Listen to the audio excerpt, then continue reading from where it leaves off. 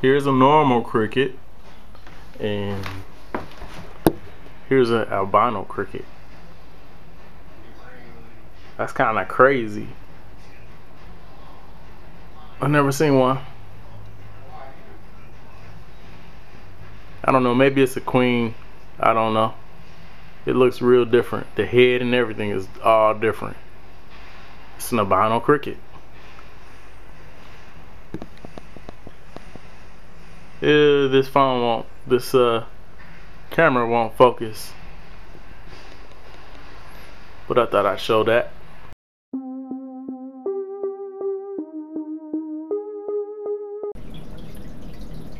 Hey YouTube, I wanted to show y'all just a little bit about tell y'all a little bit about the tank and how to care for a tank. Shout out to Hova FL. He just set up a new tank with he got a Oscar and Jack Dempsey. Yeah, they looking sweet. He asked me a question that I didn't get a chance to get to about, you know, what do I do to keep up the tank. So I'm gonna tell y'all a little bit about that. To keep it clean, and this is clean. I just cleaned it yesterday. You siphon out the tank once a week. Change about 10 to 20% of the water. 10% of the water from the top would be about that much. 20%, a little bit more. You know, it depends on how big your tank is, but a couple buckets on a 55-gallon would do it. Now, right, for filtration, I got the hanging system. It's a filter that hangs on the back of the tank. I just used that from when I bought the tank. It came with it. I bought this tank used at a garage sale for like 50 bucks or something crazy like that. Actually, it was about 100 bucks. And then I use Marine Land. You can't even see it, but there's a you see that canister? There's a canister filter in the bottom. What is that?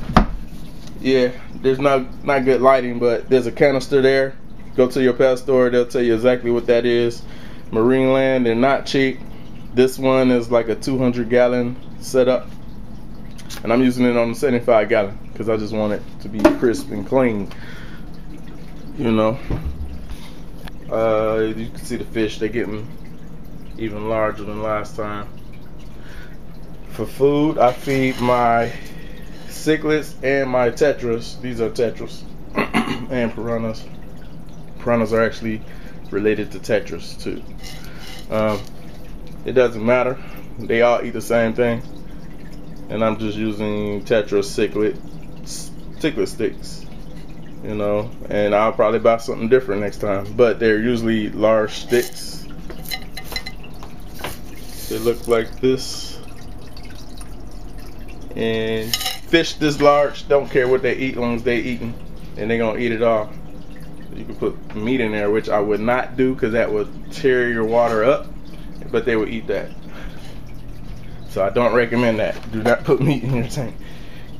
Some people do. Some people put mice and rats and all that crap in their tank, you know, but that will tear your water up and give you. I cut that off before I finished that sentence, but yeah, meat will give your fish parasites and disease and will mess up your water to where they will die probably in a couple weeks if you don't clean it. So you don't want to put meat in your tank. This is my holding tank. These fish are going to inherit that tank when I get tired of those other fish. They're gonna take over the 75-gallon. Not the goldfish, but the frontosa, the blood dragons, and I forgot what those guys are. They mimic frontosas. I forgot what they are. They're gonna inherit the bigger tank, and this tank is an example of if you got a 30-gallon tank, what's a good point to change the water. I took that much water out of the tank and I'm about to fill it back up so it could be very, very crisp and clean. I've had these guys for 3 or 4 months, and I always like the African cichlids. I always loved the frontosa, so I got to go back with those. I got to put them back in there. And then a lot of other types of African cichlids.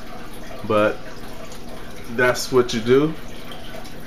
I would show you my siphoner, but I don't know where I'll put that. But go to the pet store and ask for a tank siphoner. They'll point you in the right direction. All kind of food you can get for fish. This is highly recommended if you have African cichlids. Tetracolor, tropical granules, natural color enhancer. It looks like that. I recommend that because this is what I use for my African cichlids when I had the last tank that y'all seen. Those of you all that been watching for a while know that I've had a fish tank before with African cichlids, so I use that. To change up that diet a little bit, you can get shrimp, you can get plankton, bloodworms, brine shrimp. They're great for African cichlids. Go out and get you some. You can get it frozen or dried, freeze dried, which is what that is. Freeze dried is good because you don't have to worry about parasites. Most of the frozen, you don't have to worry about it if you get the good brands. You don't get the cheap stuff because you could get parasites. This is something else that you can use if you got green eating fish, saltwater or freshwater. Frontosa, you can kind of see that frontosa picture on there. But I really don't use this for them. I use it for the goldfish, because the goldfish will eat all this other expensive food, which pisses me off. Another type, food is expensive too, by the way. This is a cichlid from Wardley food. First time I'm trying it. It's supposed to be good on the water, so we'll see what's up on that. And that's it, y'all. That's what I do. Change the water once a week.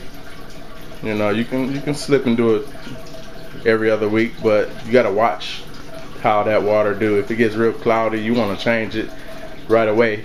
If your fish starts hovering at the top of the tank, that means your pH balance is really high. You need to change that water so that they don't die on you.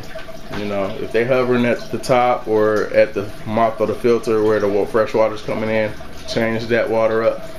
Alright, y'all, take care. Also, you can see I got algae eaters in here. There's 2 in here.